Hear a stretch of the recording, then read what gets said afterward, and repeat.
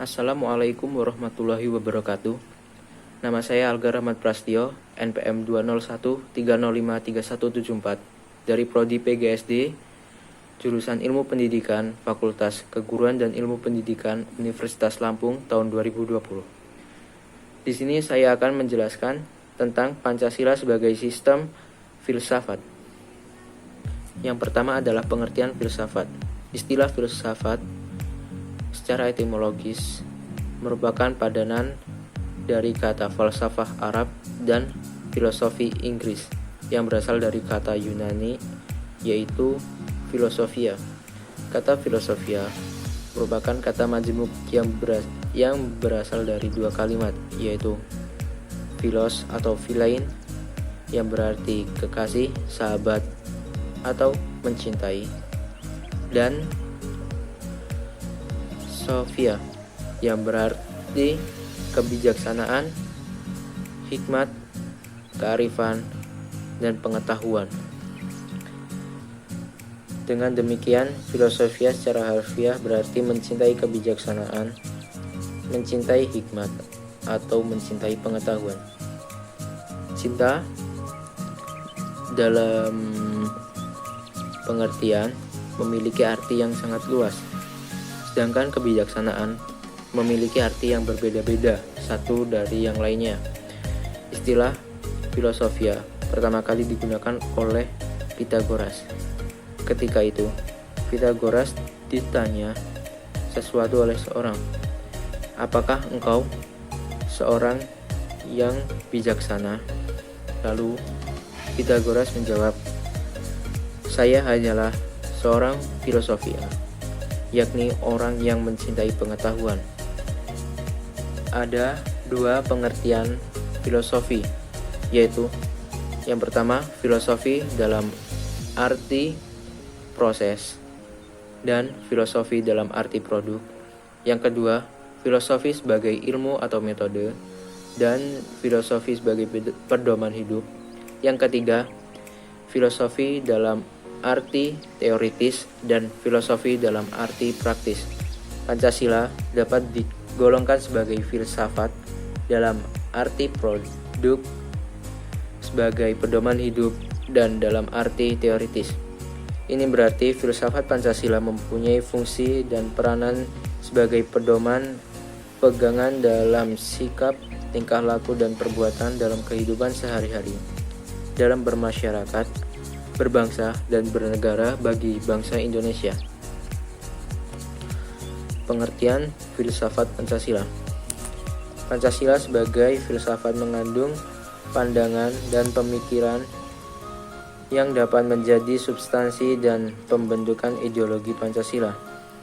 Filsafat Pancasila dapat didefinisikan secara ringkas sebagai refleksi kritis dan rasional tentang Pancasila sebagai dasar negara dan kenyataan budaya bangsa, dengan tujuan untuk mendapatkan pokok-pokok pengertian yang mendasar dan menyeluruh. Pancasila dikatakan sebagai filsafat karena Pancasila merupakan hasil perenungan jiwa yang mendalam yang dilakukan oleh the founding father kita yang dituangkan dalam suatu sistem, yaitu Rosian Abdul Ghani. Filsafat Pancasila memberi pengetahuan dan pengertian ilmiah, yaitu hakikat dari Pancasila atau Noto Nagoro. Pancasila sebagai suatu sistem filsafat.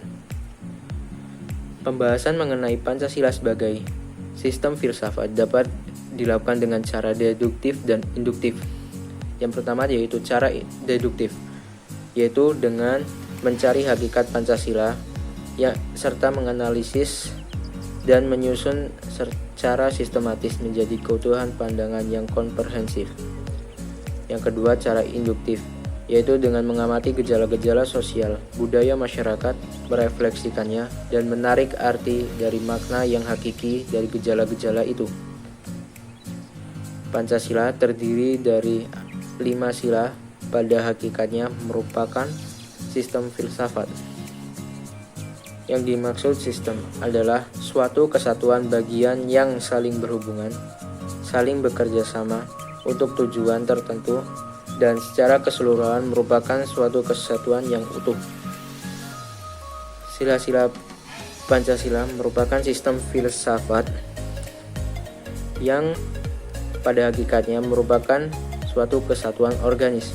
Artinya, antara sila-sila Pancasila itu saling berhubungan, saling berkaitan, bahkan saling mengkualifikasikan pemikiran dasar yang terkandung dalam Pancasila, yaitu pemikiran tentang manusia sebagai makhluk Tuhan dengan diri sendiri, dengan sesama manusia, dan dengan bangsa yang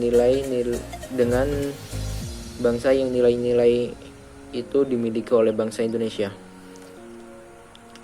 Dengan demikian, Pancasila sebagai sistem filsafat memiliki ciri khas yang berbeda dengan sistem-sistem filsafat lainnya, seperti materialisme, idealisme, rasionalisme, liberalisme, dan komunisme, serta sebagainya. Ciri sistem filsafat Pancasila yaitu antara lain: sila-sila Pancasila merupakan satu kesatuan sistem yang bulat dan utuh. Dengan kata lain, apabila tidak bulat dan utuh, atau satu sila dengan sila lainnya terpisah-pisah, maka bukan Pancasila namanya. Susunan Pancasila dengan suatu sistem yang bulat dan utuh itu dapat digambarkan dengan nilai inti sila-sila Pancasila yang meliputi: yang pertama, Tuhan sebagai causa prima.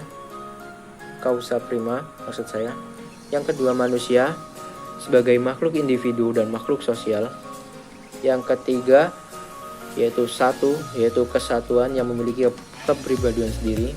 Yang keempat, yaitu rakyat, unsur mutlak dari suatu negara, harus bekerja sama dan gotong royong. Yang kelima, yaitu adil, memberi keadilan kepada diri sendiri dan orang yang menjadi haknya. Pembahasan mengenai Pancasila sebagai filsafat berarti mengungkapkan konsep-konsep kebenaran Pancasila yang bukan saja ditujukan pada bangsa Indonesia, melainkan juga bagi manusia pada umumnya. Wawasan filsafat meliputi bidang atau aspek penyelidikan, ontologi, epistemologi, dan aksiologi. Ketiga bidang tersebut dapat dianggap mencakup kesemestaan. Sekian dari saya. Wassalamualaikum warahmatullahi wabarakatuh.